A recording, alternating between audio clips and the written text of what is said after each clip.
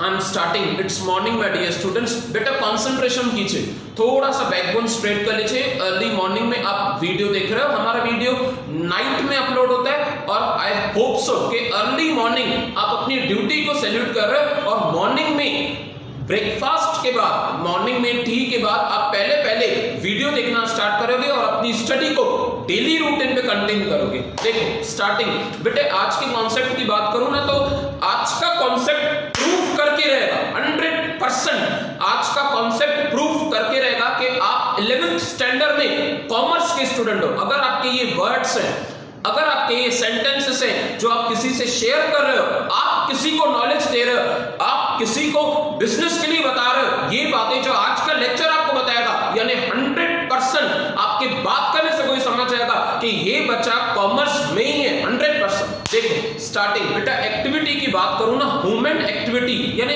हलचल, एक्टिविटी यानी कोई ना कोई काम करना, कुछ ना कुछ हलचल, कोई काम करना, उसे कहते हैं एक्टिविटी। तो एक्टिविटी में दो पार्ट्स थे। आपको 11th स्टैंडर्ड के फर्स्ट लेक्चर में इंट्रोडक्शन में मैंने ये समझाया था कि एक्टिविटीज के दो पार्ट्स हैं। एक काम है जो काम आप पैसों के लिए कर रहे हो, किसी भी तरह से ईमानदारी से आप कोई काम कर रहे हो, चाहे वो कोई भी काम हो, वो काम अगर पैसों से रिलेटेड है यानी वो इकोनॉमिक एक्टिविटी है। आप जेब भरने का, घर के खर्चे का, प्रॉफिट कमाने का, फीस कमाने का सोच रहे हो, मींस कि वो इकोनॉमिक एक्टिविटी है। अच्छा, वो काम जिससे आपके पैसों का कोई भी वास्ता नहीं है, मंदिर में जाके सेवा कर रहे हो, किसी ट्रस्ट में जाके सेवा कर रहे हो किसकी, तो बेटा वो काम जो पैसों से वास्ता नहीं रखता उसे कहते हैं non economic activity. I am repeating फिर से बेटा, एक्टिविटीज की बात करूं तो एक होती है इकोनॉमिक एक्टिविटी और एक्टिविटी की बात करूं तो एक होती है नॉन इकोनॉमिक। पैसों से वास्ता रखने वाली तीन एक्टिविटीज, तीन, एक number 1 first employment, number 2 profession, number 3 business. Economic activities में एम्प्लॉयमेंट, प्रोफेशन और बिजनेस। बिजनेस बेटा, ये जो बिजनेस वर्ड है ना, ये समझो घर का ग्रैंडफादर है। जिस तरह से हमारे घर पे जो ग्रैंडफादर है, उन्होंने पापा को बॉर्न किया, पापा ने हमें बॉर्न किया, हमारी जनरेशन चलती आ रही है, यानी पूरी घर की रेस्पॉन्सिबिलिटी और पूरी फैमिली को जन्म देने वाला कर्ता धर्ता, द वर्ड कर्ता धर्ता, यानी याद करो बिजनेस। ये बिजनेस की वजह से पूरी आपका 11th स्टैंडर्ड का ओसी, पूरा आपका 12th स्टैंडर्ड का ओसी बिजनेस नहीं होता तो कॉमर्स वर्ड ही नहीं होता। बिजनेस यानी उस घर का कर्ता धर्ता।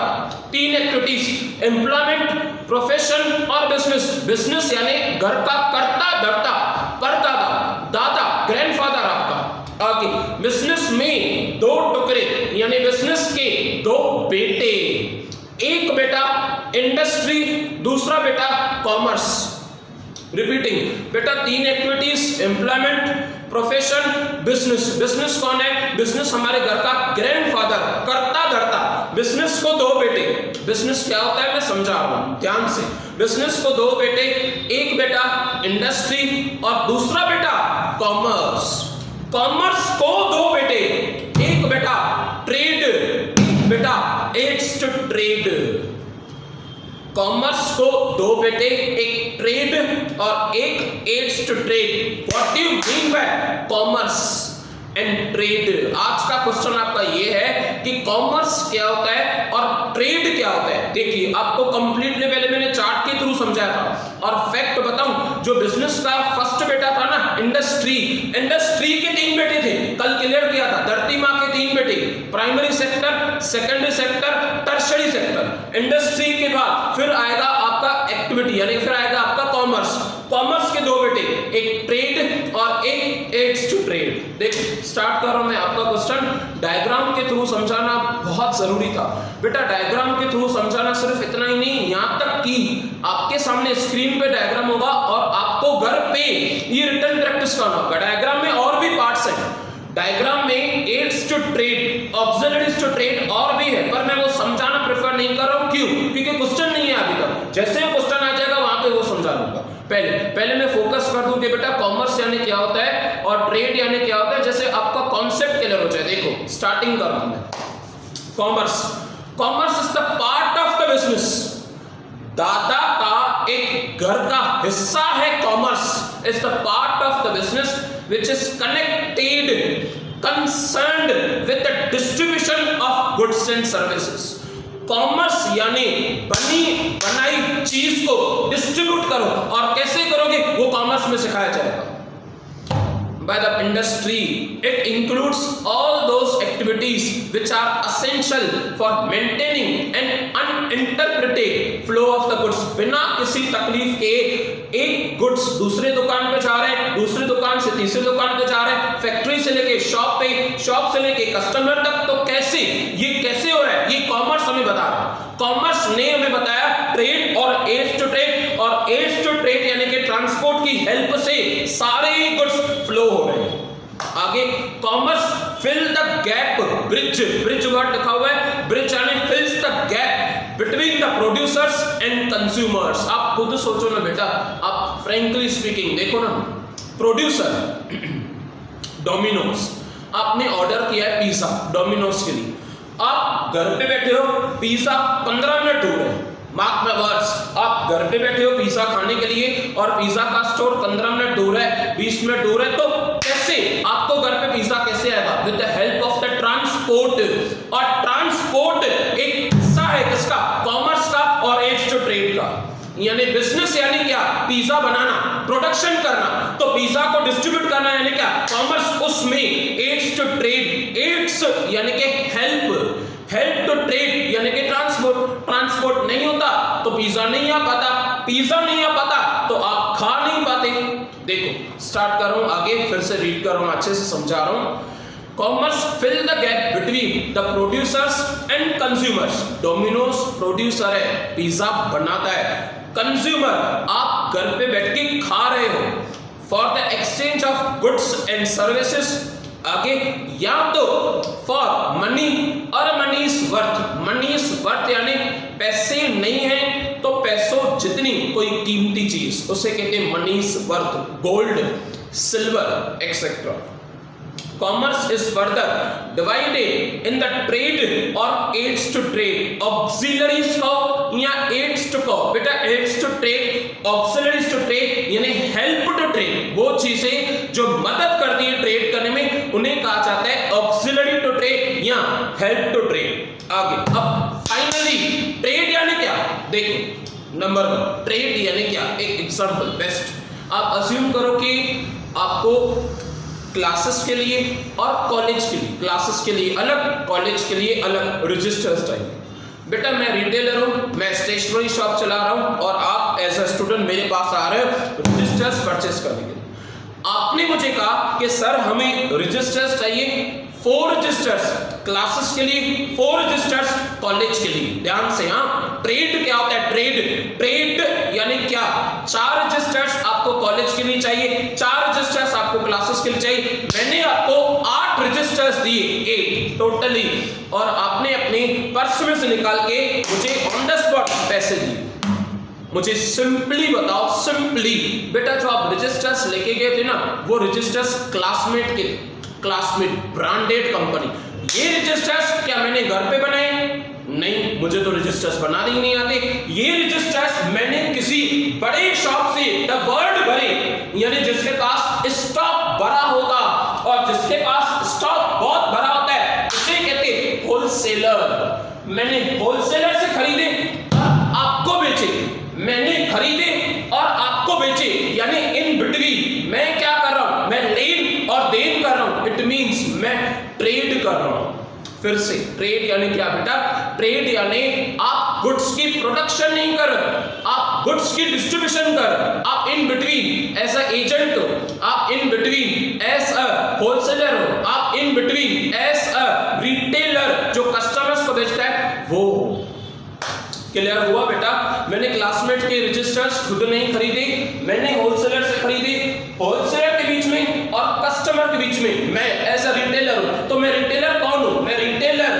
मैं रिटेलर एक बिजनेसकार हूं, और वो बिजनेस एक ट्रेडिंग है, लेन और देन। देखो आगे further, trade denote the buying and selling of goods and services. Trade यानी आप सिर्फ गुड्स परचेस करोगे, कस्टमर्स को सेल करोगे। गुड्स परचेस करोगे, कस्टमर्स को सेल करोगे। मैंने ये नहीं कहा कि मैं इंडस्ट्री हूं। इंडस्ट्री का कॉन्सेप्ट बहुत अच्छे से लास्ट वीडियो में मैं क्लियर कर चुका हूं बेटा, बहुत अच्छे से। आगे, trade is exchange of goods, लेन देन। 8 रजिस्टर्स बेचे, 200 रुपए लिया। 8 रजिस्टर्स बेचे, 200 रुपए लिया। तो सिंपल, मैं लेन देन कर रहा हूं, गुड्स बेच रहा हूं, पैसा ले रहा हूं, गुड्स बेच रहा हूं, पैसा ले रहा हूं। आगे, फॉर द मनीज और moneys worth, goods are made available. Goods are made available to the consumers in the different markets. Trade facilities the transfer of ownership and a possession of goods and services from seller to the buyer. देखो ना बेटा, simple बात है, बहुत अच्छी। मेरे shop पे पहले 100 रजिस्टर्स थे, 100 आपके आने के बाद 92 रजिस्टर्स मैंने। फिर से कह रहा हूं, मेरे शॉप पे पहले कितने थे बेटा? 100 रजिस्टर्स। आपके आने के बाद आप जब चले गए ना, मेरे पास 92 रजिस्टर्स थे। ऐसे क्यों सर? 8 रजिस्टर्स तो हम लेके गए ना, यानी आप उस 8 रजिस्टर्स के ओनर बन गए, और बाकी जो 92 है वो अभी तक मेरे पास है। मैं धीरे धीरे करके सारे स्टूडेंट्स को रजिस्टर्स भेजता जाऊंगा। नेक्स्ट, ट्रेड के बाद उन्होंने बताया बेटा, ट्रेड के 2 टुकड़े, ट्रेड के 2 बेटे। एक बेटा जो सिर्फ और सिर्फ घर के अंदर बिजनेस करे। द वर्ड घर यानी कि ये पोडियम। बेटा, अगर बेटा जो घर के अंदर ट्रेड कर रहा है, घर के अंदर लेन देन कर रहा है, इस पोडियम के अंदर, इस पोडियम के बाउंड्री के अंदर ट्रेड कर रहा है, लेन देन कर रहा है, मींस वो बेटे का नाम है इंटरनल ट्रेड। वो ट्रेड जो हमारे देश के बाउंड्री तक किया जा रहा है, देश के अंदर, देश के बाहर नहीं, दिल्ली में किया जा रहा है, दिल्ली टू मुंबई किया जा रहा है, मुंबई टू कोल्हापुर किया जा रहा है, कोल्हापुर टू गोवा किया जा रहा है, गोवा टू हैदराबाद किया जा रहा है। यानी ऐसा ट्रेड जो घर के अंदर, जो देश के अंदर किया जा रहा है, उसे कहते हैं इंटरनल ट्रेड। दूसरा बेटा, जिसे घूमने का बहुत शौक है, जो सारा दिन फॉरेन टूर कर रहे हैं, द वर्ड फॉरेन टूर तो एग्जाम्पल है, द वर्ड फॉरेन यानी कि घर के बाहर, यानी कि देश के बाहर, यानी कि पोडियम के बाहर, यानी कि इंटरनेशनल ट्रेड। एक्सटर्नल ट्रेड यानी वो ट्रेड जो दिल्ली और अमेरिका के बीच में हो रहा है। इंटरनेशनल ट्रेड यानी एक्सटर्नल ट्रेड वो ट्रेड जो मुंबई और दुबई के बीच में हो रहा है। इंटरनेशनल ट्रेड या एक्सटर्नल ट्रेड वो ट्रेड जो कोल्हापुर और स्विट्जरलैंड के बीच में हो रहा है। तो ये क्या है? दिल्ली और दुबई, मुंबई और स्विट्जरलैंड, ये सब क्या है? एग्जांपल्स। ये बेटा एग्जांपल्स एक्सटर्नल ट्रेड के। देखो, रीड कर। इंटरनल ट्रेड और होम ट्रेड, या उसे आप डोमेस्टिक ट्रेड कह सकते हो। डोमेस्टिक फ्लाइट सुनिए आपने, वो फ्लाइट जो हमारे इंडिया की कंपनी की हो और इंडिया में ही बैठ के घूमे, डोमेस्टिक फ्लाइट। यस। आगे, एक्सटर्नल ट्रेड जो बाहर जा रही हो। इंटरनेशनल फ्लाइट सुनी होगी आपने, इंटरनेशनल फ्लाइट यानी एक्सटर्नल, इस देश के बाहर, उसे कहते हैं फॉरेन ट्रेड या इंटरनेशनल ट्रेड। नंबर 1 की बात करें ना बेटा, तो इंटरनल ट्रेड यानी वो ट्रेड जो आप घर के अंदर कर रहे हो। घर यानी कि हमारा देश के अंदर इंटरनल ट्रेड को 2 बेटे। यस, आपको यही याद रखना है, तरीका यही है बेटा। कॉन्सेप्ट लेंदी है पर हद से ज्यादा इंपॉर्टेंट है और नॉलेजेबल है। ये लेक्चर, ये कॉन्सेप्ट आपको नॉलेज देके ही छोड़ेगा पक्का। जो बच्चे ये लेक्चर देख रहे हैं ना, जो बच्चे ये नॉलेज ले रहे हैं, लिटरली आपकी आज की समझ में और कल की समझ में काफी फर्क आ चुका होगा। आपको रियली फील होगा कि ये 10th में कुछ अलग था, 11th में तो कुछ और आगे अलग है। यस, आपका कॉन्सेप्ट इजी बहुत है पर थोड़ा लेंदी है, थोड़ा सा। देखिए, इंटरनल ट्रेड बेटा, इंटरनल ट्रेड के 2 बेटे। एक होलसेल ट्रेड, जिस बेटे के पास बहुत सारा पैसा है, बहुत सारी जगह है, बहुत सारी ट्रांसपोर्ट है, बहुत सारा स्टॉक है, उसे कहते हैं होलसेल ट्रेड। दूसरा बेटा, जिसके पास पैसा कम है, जगह कम, ट्रांसपोर्ट कम, गुड्स कम, क्वांटिटी कम, इसे आप कहोगे रिटेल ट्रेड। फिर से इंटरनल ट्रेड के बेटा कितने बेटे? 2। मोस्टली सबको 2 ही बेटे हैं। सिंपली पूरी जनरेशन में 2 बेटे ही हैं। सिंपली एक इंटरनल ट्रेड को 2 बेटे, एक बेटा बहुत अमीर है, पैसे बहुत, यानी कि बिजनेस में लगाने के लिए पैसे बहुत, जगह बहुत, पूरे के पूरे बड़े वेयर हाउसेस यानी कि गोडाउन, गुड्स बहुत यानी कि पूरा स्टॉक बहुत बड़ा पड़ा है, और उसके साथ ट्रांसपोर्ट, अपनी ट्रक्स भी बहुत, जो पूरी मार्केट में एक जगह पे सेल कर रहे हैं, एक जगह पे डिलीवर कर रहे हैं। अच्छा, इंटरनल ट्रेड में दूसरा बेटा, उसे कहते हैं रिटेल, लोकल टू लोकल, इधर किराना स्टोर रिटेल, इधर जनरल स्टोर रिटेल, इधर पटेल लो प्राइस रिटेल। देखो, छोटा बेटा यानी कि वो बेटा जिसके पास पैसे कम है, यानी बिजनेस के लिए पैसे कम है, गुड्स कम है यानी एक शॉप है, जगह कम, सिंपल छोटा सा शॉप, ट्रांसपोर्ट ना के बराबर, इसे कहोगे रिटेल ट्रेड। देखो, मैं रिटेल ट्रेड और होलसेल ट्रेड डिटेल में रीड कर रहा हूं। नंबर 1, वो बेटा जो रिच है बहुत, जिसके पास बहुत सारे पैसे। Wholesale trade, it involves buying in a large quantity from the manufacturers, यानी अगर बड़ा बेटा मधुर कंपनी की शुगर परचेस कर रहा है, कि एग्जांपल क्लियर होगा कि मधुर कंपनी की शुगर हमने सुनी हुई है 4 बार 10 बार सुनी है। अगर बड़ा बेटा मधुर कंपनी की शुगर परचेस कर रहा है और पूरी ट्रक्स उसके पास मधुर कंपनी की शुगर बनी पड़ी है, बड़ी पड़ी है, यानी वो होलसेलर है, और वो धीरे धीरे करके एक शॉप, एक रिटेलर को डिलीवर करेगा, यानी उसका काम होलसेल का है। होलसेल यानी बड़ी क्वांटिटी में खरीदो, सिंपल। होलसेल यानी मुझसे लार्ज क्वांटिटी में गुड्स खरीदो, नहीं तो नहीं खरीदो, सिंपल। आपको लार्ज क्वांटिटी में गुड्स खरीदने हैं, आपको मधुर कंपनी की पूरी गन्नी बैग्स खरीदनी है, मुझसे ही खरीदो, नहीं तो मेरे पास नहीं है, उसे कहते हैं wholesale trade. It involves in the large quantity from purchases or manufacturers in the seeing the small lots to the retailers for resale to the consumers। ये जो बड़ी बड़ी क्वांटिटी है, बड़ी बड़ी ट्रक्स हैं, ये कहाँ करेगा बेटा? ये होलसेलर, ये बड़ा अमीर बेटा हर दुकान पे जाके रिटेलर को 20-20 किलो, 20-20 किलो, 50-50 किलो, 10-10 किलो जाके केजीज में जाके शुगर सेल करेगा। और वो शुगर आप और हम, आप और मैं, आप और हम क्या है बेटा? कंज्यूमर्स, गुड्स को कंज्यूम करेंगे, खाएंगे, चाय में मिलाएंगे और शुगर को कंज्यूम करेंगे।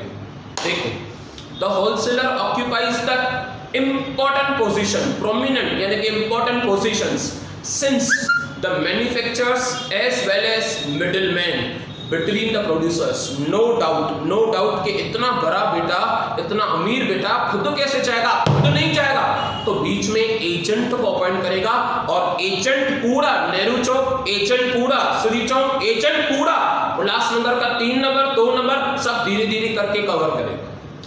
होप सो कि आपका कॉन्सेप्ट क्लियर है। मुझसे जितना हो रहा है बेटा, मैं ऑनलाइन अच्छे से समझा रहा हूं, जितना हो रहा है। देखो आगे, between the producers and retailers, he is the first link in the trade of distribution। Number 1, ये डिस्ट्रीब्यूशन शुरू कहां से हुई? अगर होलसेलर के पास वो मधुर शुगर नहीं होती तो रिटेलर कहां से लाते?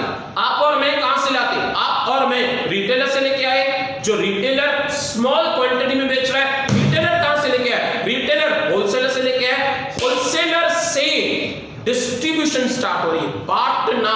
डिस्ट्रीब्यूशन यानी बांटना।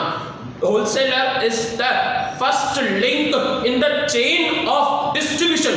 बांटने में पहला नंबर है, और प्रोडक्शन में वो प्रोड्यूसर, प्रोडक्शन में प्रोड्यूसर और बांटने में होलसेलर। देखो आगे, नेक्स्ट, छोटा बेटा जिसके पास पैसे भी कम है, जगह भी कम है, और क्वांटिटी भी, गुड्स ऑफ क्वांटिटी भी कम है। Retail trade, retail. आपको मन हो रहा है सर इतने दिनों से ना हमने डेयरी मिल्क चॉकलेट नहीं खाया, तो बेटा सिंपल बात है ना, सिंपल। आप घर से नीचे उतरो, आप किसी फ्लैट में रह रहे हो, आप बंगलो में रह रहे हो, आप ग्राउंड फ्लोर पे जाओ, और ग्राउंड फ्लोर पे देखो आपके सामने एकदम सामने अनिल किराना स्टोर है। एग्जाम्पल, मैं किसी का नाम वो नहीं कर रहा, अनिल किराना स्टोर एग्जाम्पल है। और किराना स्टोर से जाके आप सामने as a journal, as a kirana store से जाके आप चॉकलेट परचेस कर सकते हो। यानी वो कौन है? वो किराना स्टोर कौन? वो जनरल स्टोर कौन? वो किराना स्टोर, वो जनरल स्टोर एक रिटेलर है। आपको 10 रुपीस का चॉकलेट चाहिए, एक पीस सिंगल पीस वो देंगे। आपको 2 पीस चाहिए, 2 पीस देंगे। आपको 10 पीस चाहिए, 10 पीस देंगे। सर हमें 100 पीसेस चाहिए, 100 पीसेस, तो बेटा 100 पीसेस आप होलसेलर से खरीदो। 10 बॉक्सेस चाहिए बड़े, 20 बॉक्सेस चाहिए पार्टी में डिस्ट्रीब्यूट करने, दूसरे फ्रेंड्स को देने, पूरी रिलेटिव्स में देने, तो फिर आप होलसेलर से खरीदो। देखो रीड कर रहा हूं मैं। Retail trade it involves the buying in a smaller lots, यानी वो डेयरी मिल्क के छोटे छोटे पैकेट्स थोड़ी थोड़ी क्वांटिटी में वो बड़े भाई से, अमीर भाई से, होलसेलर से खरीद के आएगा। It involves the buying in a smaller lots from the wholesaler and selling in a very small quantity to the consumers for personal use। Dairy milk chocolate का 1 पीस, डेयरी मिल्क चॉकलेट के 2 piece, dairy milk chocolate के 10 piece, ये small lots है बेटा। 100 pieces, 1000 pieces, 10,000 pieces, ये बड़ी quantity, ये बड़ी लॉट्स है। आगे The retailer is the last link in the chain of distribution। Number 1 first कौन था चेन ऑफ डिस्ट्रीब्यूशन? बांटने का काम कैसे शुरू होता है? बांटने का काम होलसेलर से, उसके बाद रिटेलर से। थर्ड कौन बेटा? थर्ड चीजें खाएगा कौन? द वर्ड खाएगा consumer. First wholesaler for distribution, second retailer for distribution, third consumer for consumption, direct खाना। देख आगे लिखा हुआ clearly, the retailer is the last link in the chain of distribution. He established a link between the wholesaler and the consumers. मैंने पहले ही आपको कहा था कि मैं 8 रजिस्टर सेल कर रहा हूं, तो जो 8 रजिस्टर परचेस कर रहा है और जिसके पास क्वांटिटी रजिस्टर्स की बहुत है, होलसेलर और रिटेलर के बीच में मैं हूं, यानी मैं रिटेल होलसेलर और कस्टमर के बीच में, कंज्यूमर के बीच में मैं हूं, यानी कि मैं रिटेलर हूं। लिखा हुआ वही, it link between the wholesaler and consumers. There are the different types of the retailer as well as the large scale, small scale include hawkers जो हाथ गाड़ी चलाते, peddlers जो चीजें शोल्डर पे उठाते, general shops, simple general shops वाले, kirana store, general stores. Retailers generally operate in the local market. Retailers वो शहर के मार्केट में, रिटेलर्स वो टाउन के मार्केट में ही होते हैं। आगे नेक्स्ट देखो बेटा, हर चीज की ना लिमिट होती है, हर चीज की। अगर लिमिट के बाहर जाओगे, देश के दायरे के बाहर जाओगे, तो उसे कहा जाएगा एक्सटर्नल। बाहर चले गया, दायरे के बाहर, एक्सटर्नल ट्रेड। वो ट्रेड जो मुंबई और दुबई के बीच में, दुबई कहां पे बताओ? दुबई इंडिया में तो नहीं है डेफिनेटली, तो इंडिया के बाहर है, यानी मुंबई और दुबई ट्रेड कर रहे हैं आपस में, तो वो इंटरनेशनल ट्रेड हुआ। सिंपल। दिल्ली और स्विट्जरलैंड ट्रेड कर रहे हैं, यानी वो इंटरनेशनल ट्रेड हुआ। इंडिया और चाइना ट्रेड कर रहे हैं, तो वो इंटरनेशनल ट्रेड हुआ, क्योंकि इंडिया चाइना इंटरनेशनल, बाहर से गुड्स आ रहे हैं या बाहर जा रहे हैं, गुड्स आ रहे हैं या जा रहे हैं। आने को इंपोर्ट कहो, आने को इम कहो, जाने को आउट कहो। फिर से, आने को इंपोर्ट कहो, जाने को एक्सपोर्ट कहो। आना इंपोर्ट, जाना एक्सपोर्ट। फिर से, गुड्स खरीद के आना इंपोर्ट, गुड्स बाहर बेचना एक्सपोर्ट। देखो export trade, when the trader of a home country, home हमारा देश इंडिया जहां पे हम रह रहे हैं, when the trader of a home country sell the goods to the another country, goods बेच रहा हूं, आने को इंपोर्ट का, ये इंपोर्ट नहीं है, जाने को ये गुड्स जा रहे हैं, तो उसे एक्सपोर्ट कहो। Goods sell to the another country, it is called export. For example, a trader of Mumbai sells the goods to the trader of China. जो मुंबई की गुड्स हैं वो चाइना बेचे जा रहे हैं, जो मुंबई की गुड्स हैं वो दुबई बेचे जा रहे हैं, जो मुंबई के गुड्स हैं वो हांगकांग बेचे जा रहे हैं। तो फिर आप जाना यानी कि एक्सपोर्ट ट्रेड करो। नेक्स्ट, आना यानी कि इंपोर्ट। याद करना बेटा, इस सर ने हमें बाकायदे फिट कर दिया है, स्क्रू कैसे टाइट किया जाता है, सर ने ये स्क्रू एकदम फिट कर दिया है। आना, जाना, एक्स, आना इम, जाना एक्स, एक्स यानी एक्सपोर्ट बेटा, एक्स यानी एक्सपोर्ट। देखो, when the trader of a home country obtains or purchase goods from another country, हम बाहर से ओनियंस इंपोर्ट कर रहे हैं, बाहर से ओनियंस खरीदे और देश में ओनियंस बांटे, यानी हमने ओनियंस को इंपोर्ट किया, अंदर आए ओनियंस, बाउंड्री से अंदर आए फ्रॉम द अनदर कंट्री और a foreign country, it is called import trade. Trade of Delhi purchases, trade यानी trader of Delhi purchase the goods from the trader of England, England बाहर दिल्ली अंदर, इंग्लैंड बाहर दिल्ली अंदर, तो उसे उस लेन देन को क्या कहा जाएगा? अगर आप गुड्स बाहर से खरीद रहे हो, इंपोर्ट कहा जाएगा उसे। Last but not the least, entrepot trade. Entrepot trade यानी क्या होता है ये देखो बेटा, ध्यान से सुनना। अमेरिका में डायमंड्स के लोग बहुत सारे, यानी वो लोग जो डायमंड्स को प्रेफर करें, डायमंड्स के बहुत सारे शौकीन लोग, शॉपी होल लोग, यानी शॉपी होल यानी वो शौकीन लोग जो डायमंड्स परचेज करना चाहिए। अच्छा, डायमंड्स खरीदेंगे बेटा, सबसे बेस्ट में बेस्ट रियल क्वालिटी के diamond south Africa, south Africa की जो जमीनें है ना, उनसे एक्सट्रैक्ट, हमने ये वर्ड पढ़ा है, टेक्स आउट, उन जमीनों को डिगिंग किया जाएगा, खोदा जाएगा और डायमंड्स हीरे बाहर निकाले जाएंगे।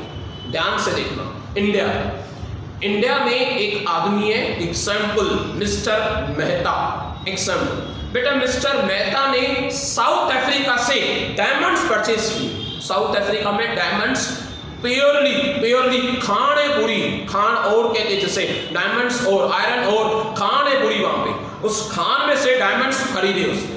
किसने? मिस्टर मेहता ने। मिस्टर मेहता कहां पे रहता है? इंडिया का सिटीजन है। डायमंड्स किससे खरीद रहा है? साउथ अफ्रीका से। डायमंड्स खरीदे, उन्हें पॉलिशिंग की, अच्छे से पैकिंग की, फिनिशिंग दी और ये डायमंड्स अमेरिका को बेचे। आई एम रिपीटिंग, डायमंड्स खरीदे कहां से?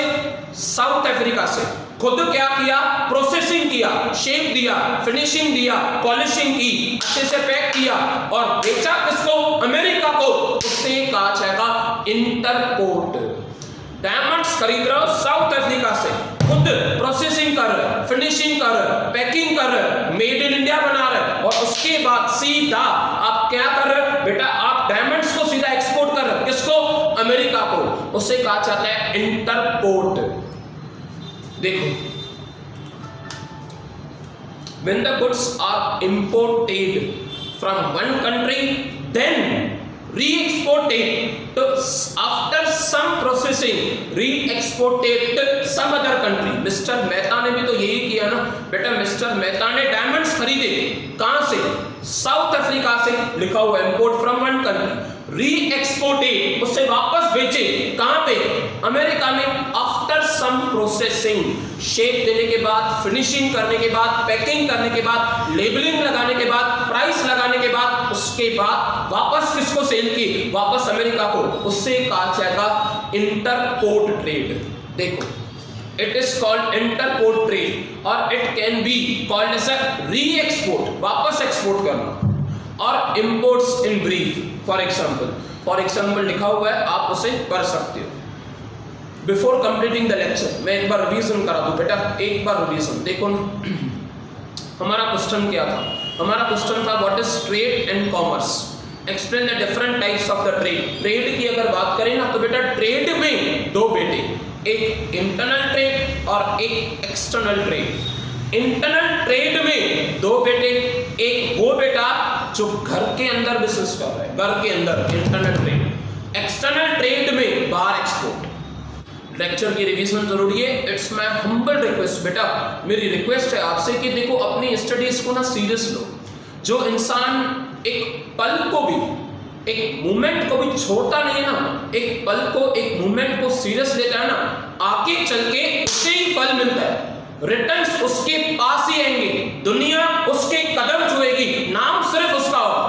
और जिसने एक पल भी गवा दिया ना, उसे गवाने की हैबिट हो जाएगी और वो हर बात को लीनन लेगा, दुनिया उससे दूर चली जाएगी, उसका नाम भी नहीं होगा, वो पैसे भी नहीं कमा पाएगा, सक्सेस तो उसके नियर बाय भी नहीं होगी। इट्स माय हम्बल रिक्वेस्ट कि को पत्थर पत्थर पे चल के, पत्थर पत्थर पे चल के वानर सेना ने 7 समुद्र पार लंका तक पहुंचे थे।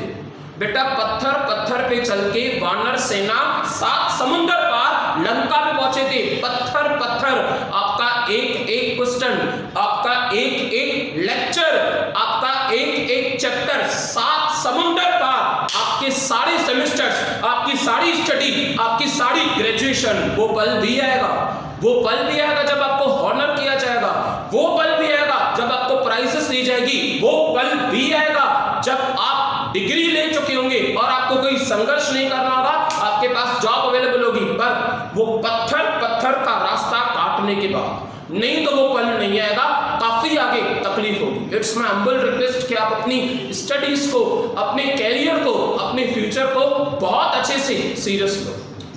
That's sufficient for today. We'll continue again tomorrow.